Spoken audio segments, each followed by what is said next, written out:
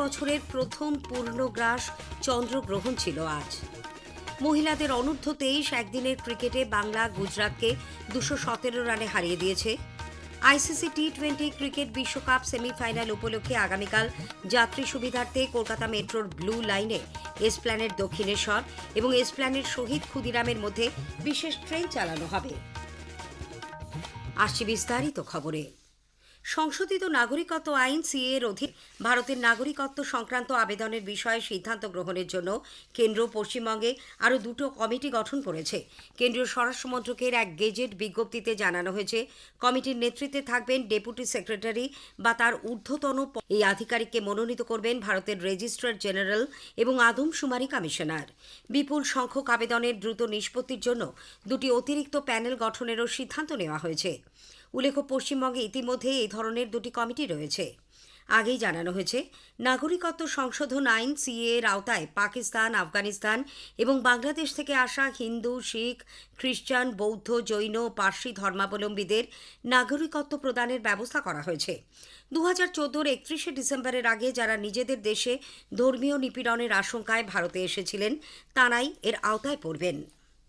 মালদার হরিশ্চন্দ্রপুর 1 নম্বর ব্লকের তুলসীহাটা গ্রাম পঞ্চায়েতের সালানপুর এলাকায় আজ বিএলওকে ঘিরে তার বাড়ির সামনে ভোট বয়কটের হুঁশিয়ারি দিয়ে বিক্ষোভ দেখান গ্রামের বিচারাধীন ভোটাররা। বিএলও নিজেই ভোটার তালিকায় বিচারাধীন। সালানপুর 86 নম্বর বুথ এলাকায় মোট ভোটদাতার সংখ্যা 1291। এর মধ্যে প্রায় অর্ধেক ভোটারের নাম এসেছে বিচারাধীন তালিকায়। এর প্রতিবাদেই আজ বিচারাধীন তালিকায় থাকা ভোটাররা 86 নম্বর বুথের বিএলও মানব্বর হোসেনের বাড়ির সামনে তাকে ঘিরে বিক্ষোভ দেখান। বিজেপির প্রাক্তন রাজ্য সভাপতি রাহুল সিনহা পশ্চিমবঙ্গ থেকে দলের রাজ্যসভার প্রার্থী হচ্ছেন। নতুন দিল্লিতে আজ বিজেপির এক প্রেস বিজ্ঞপ্তিতে প্রার্থী তালিকা ঘোষণা করা হয়। শ্রী সিনহা দীর্ঘদিন দলের সাংগঠনিক স্তরে গুরুত্বপূর্ণ ভূমিকা পালন করেছেন। রাজ্যে বিজেপির সূচনার সময় থেকেই তিনি সক্রিয়ভাবে এর সঙ্গে যুক্ত ছিলেন। বিজেপির প্রাক্তন রাজ্য সভাপতিও ছিলেন রাহুল সিনহা। রাজ্যসভার প্রার্থী হিসেবে মনোনীত হওয়ার পর রাহুল সিনহা সাংবাদিকদের বলেন, দল যাকে মনে করেছেন তাকেই প্রার্থী করেছে। পার্টি উপযুক্ত সময়ে উপযুক্ত পদক্ষেপ যে নেয়, এটাই তার সবচেয়ে বড় প্রমাণ। স্বাভাবিকভাবে পশ্চিমবাংলার যে বেদনা, পশ্চিমবাংলার যে মানুষের হাহাকার, তাকে রাজ্যসভায় তুলে ধরবার, সংসদে সেটা ধ্বনিত করবার চেষ্টা আমি করব। উল্লেখ্য, পশ্চিমবঙ্গের 5টি সহ 10 রাজ্যের 37টি রাজ্যসভার আসনে ভোট নেওয়া হবে 16ই মার্চ। 5ই মার্চ পর্যন্ত মনোনয়নপত্র দাখিল করা যাবে। জাতীয় মহিলা কমিশন কলকাতা পুলিশের এক থানার ওসির বিরুদ্ধে মহিলা সিভিক ভলান্টিয়ারকে যৌন হেনস্থার অভিযোগ সম্পর্কে রাজ্য পুলিশের ডিজির কাছে রিপোর্ট তলব করেছে। ডিজি পীযূষ পাণ্ডেকে লেখা কমিশনের ওই চিঠিতে নির্দিষ্ট সময়ের মধ্যে তদন্ত শেষ করে অভিযুক্ত পুলিশ আধিকারিকের বিরুদ্ধে দ্রুত আইনগত ব্যবস্থা গ্রহণ এবং প্রয়োজনে এফআইআর করার কথাও বলা হয়েছে। নবান্ন সূত্রে জানা গেছে, যথাযথ প্রমাণ সংরক্ষণ এবং অভিযোগকারিণীকে সব ধরনের নিরাপত্তা দেওয়ার কথাও বলা হয়েছে ওই চিঠিতে। 5 দিনের মধ্যে ডিজিকে পাঠানো ওই রিপোর্টে এফআইআর হয়েছে কিনা, তদন্ত কতদূর এগিয়েছে এবং ভবিষ্যতে যাতে এই ধরনের ঘটনা না ঘটে তার জন্য কী ব্যবস্থা নেওয়া হয়েছে তাও উল্লেখ করতে বলা হয়েছে। পশ্চিম বর্ধমানের সালানপুর থানার রূপনারায়ণপুরে দলীয় পতাকা লাগানোর সময় বিজেপি কর্মীদের ওপর হামলার অভিযোগ উঠেছে তৃণমূল কংগ্রেসের বিরুদ্ধে। দুপক্ষের মধ্যে হাতাহাতির জেরে গুরুতর আহত এক বিজেপি কর্মী, তাকে হাসপাতালে নিয়ে যাওয়া হয়েছে। তৃণমূল কংগ্রেস অবশ্য অভিযোগ অস্বীকার করেছে। এই ঘটনার প্রতিবাদে বিজেপি আজ আসানসোল চিত্তরঞ্জন রোড অবরোধ করে টায়ার জ্বালিয়ে বিক্ষোভ দেখায়। মিনিট 15 পর পুলিশি হস্তক্ষেপে অবরোধ তুলে নেওয়া হয়। রাজ্যের চর্মশিল্পকে আরও রপ্তানিমুখী করে তুলতে বিশ্বব্যাংক সমর্থিত raising and accelerating MSME productivity বা র্যাম্প কর্মসূচির অধীনে কলকাতা ও সংলগ্ন এলাকার এমএসএমই ও ট্যানারিগুলির জন্য দক্ষতা বৃদ্ধির বিশেষ উদ্যোগ নেওয়া হয়েছে। ক্ষুদ্র, ছোট, মাঝারি শিল্প এবং বস্ত্র দপ্তর সূত্রে জানা গেছে, কৌশলগত বিনিয়োগ পরিকল্পনায় চর্মশিল্পকে অগ্রাধিকার ক্ষেত্র হিসেবে চিহ্নিত করা হয়েছে। এই প্রকল্পের অঙ্গ হিসেবে ইতিমধ্যেই দরপত্র ডাকা হয়েছে। নির্বাচিত সংস্থা কলকাতা ও সংলগ্ন চামড়া শিল্প ক্লাস্টারগুলিতে বিশেষ সমীক্ষা চালিয়ে প্রযুক্তিগত জ্ঞান, আর্থিক সাক্ষরতা ও ডিজিটাল সক্ষমতার ঘাটতি চিহ্নিত করবে।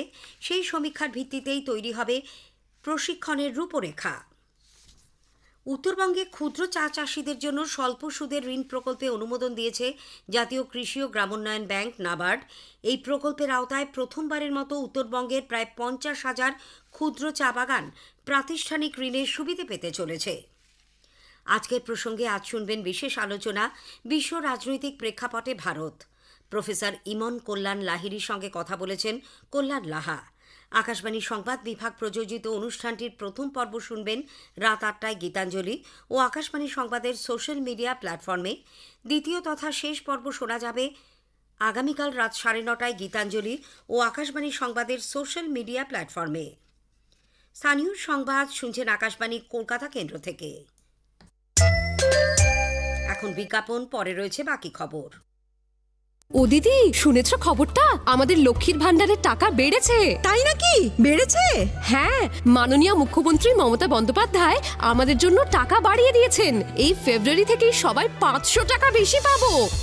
ঠিকই শুনেছেন, রাজ্যের মা বোনেদের জন্য মা মাটি মানুষের সরকার লক্ষ্মীর ভান্ডারে মাসিক অনুদান বাড়ালো 500 টাকা। সাধারণ শ্রেণীর মহিলারা এখন থেকে পাবেন মাসিক 1500 টাকা এবং তপশিলি জাতি ও জনজাতিভুক্ত মহিলারা পাবেন মাসিক 1700 টাকা। স্বনির্ভর নারী, স্বনির্ভর বাংলা।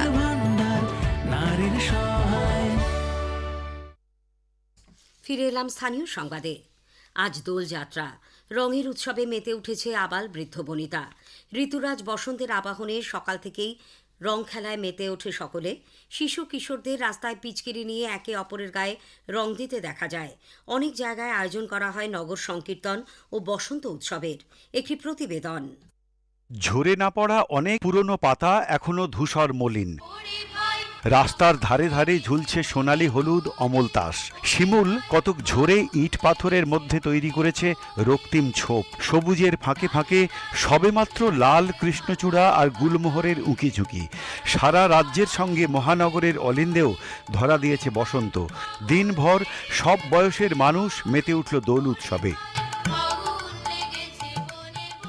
বাজারে এবারও চোখে পড়েছে নানা রঙের ভেষজ আবির। ভোটের আগে রাজনীতির রঙের থেকেও আজ আবিরের আলিঙ্গন ছিল বেশি রঙিন। পূর্ণগ্রাস চন্দ্রগ্রহণে বিভিন্ন সংস্কারের মধ্যেই দোল পূর্ণিমা রাজ্যের আকাশে বাতাসে ছড়িয়ে দিল দক্ষিণা বাতাসের আগমন বার্তা আর বসন্তের ঐকতান। অভিজিৎ চক্রবর্তী, আকাশবাণী সংবাদ, কলকাতা।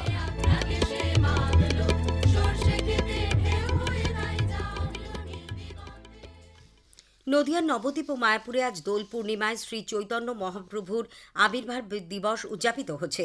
আমাদের সংবাদদাতা জানাচ্ছেন, আজ সন্ধ্যায় নদিয়ার মায়াপুর ইস্কনে অনুষ্ঠিত হয় মহাপ্রভুর অভিষেক পর্ব। ভক্তিময় আবহে উলুধ্বনি, কীর্তনের সুরে আর গৌরাঙ্গ নামে মুখরিত হয়ে ওঠে মায়াপুর। হয় পুষ্পাঞ্জলি, যে দৃশ্য ভক্তদের হৃদয় ছুঁয়ে যায়। এদিন চৈতন্য মঠেও মহাপ্রভুর আবির্ভাব তিথি উপলক্ষে চলেছে নানা অনুষ্ঠান। নবদ্বীপ মায়াপুরে সর্বত্র ভক্তদের ঢল নামে। সর্বত্র উদযাপিত হচ্ছে মহাপ্রভুর আবির্ভাব মহোৎসব। অনুপম মদক, আকাশবাণী সংবাদ, মায়াপুর, নদিয়া। জেলার কল্যাণীর ঘোষপাড়ায় বসেছে ঐতিহ্যবাহী সতীমার মেলা। কোচবিহারের মহারাজাদের কুলদেবতা মদন মোহনের দোল উৎসব উপলক্ষে সেজে উঠেছে মন্দির চত্বর। হুগলির গুপ্তিপাড়ায় বৃন্দাবন মন্দিরে চলেছে বিশেষ পূজার্চনা। তবে এবছর শান্তিনিকেতনে দোলে বসন্ত বন্দনা হয়নি। আগামী 5 ও 6 মার্চ গৌড় প্রাঙ্গণে বসন্ত বন্দনার আয়োজন করা হয়েছে। পলাশের দেশ পুরুলিয়াতেও আজ বসন্ত উৎসবে মেতে ওঠেন সাধারণ মানুষ। তবে চূড়ান্ত দূষণে জেরবার রঘুনাথপুর এলাকার ঝাড়ু খামারের বাসিন্দারা দোলের দিনই পথে নেমে বিক্ষোভ দেখান। বর্ধমান শহরে পূর্বস্থলী 1 নম্বর ব্লকে দোগাছিয়ায় ঐতিহ্যবাহী 4 দিনের দোল উৎসবকে কেন্দ্র করে মেলা ও সাংস্কৃতিক উৎসবের আয়োজন করা হয়েছে। তবে বর্ধমান শহরে দোল হবে আগামীকাল। মালদাতেও আগামীকাল রং খেলা হবে। রাষ্ট্রপতি দ্রৌপদী মুর্মু হোলির প্রাক্কালে দেশবাসীকে শুভেচ্ছা জানিয়েছেন। কেন্দ্রীয় স্বরাষ্ট্রমন্ত্রী অমিত শাহ শুভেচ্ছা জানিয়েছেন।